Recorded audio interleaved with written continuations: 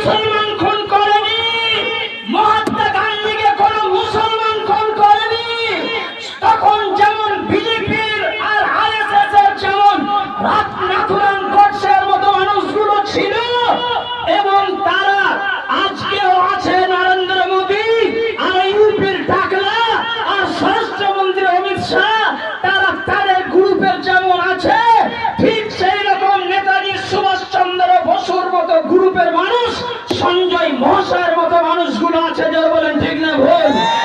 তখন আরএসএস ছিল ব্রিটিশের পক্ষে, এখন ব্রিটিশের পক্ষে এবং দেশের আম্বানি আদানির পক্ষে বর্তমান শাসক যেমন আছে, ঠিক ভারতীয় মেন নাগরিক যারা সংখ্যালঘু সম্প্রদায় এবং অসহায়, তাদের পাশে সঞ্জয় বাবুর মতো মানুষগুলো যখন এসে দাঁড়ায়, তখন আমাদের বুকটা ভরে ওঠে। কথা বলুন ঠিক না ভুল?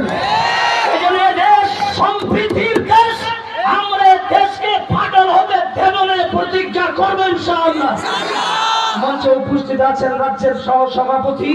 আমি বিনয়ের সঙ্গে মঞ্চে আসার জন্য হযরত মওলানা আবুল কাসেম সাহেবকে ডাইসে এসে কিছু অগ্নিঝরা বক্তব্য, বর্তমান পরিস্থিতিতে আমাদের করণীয় কি এবং আমাদেরকে কত রোদে, কত জলে, কত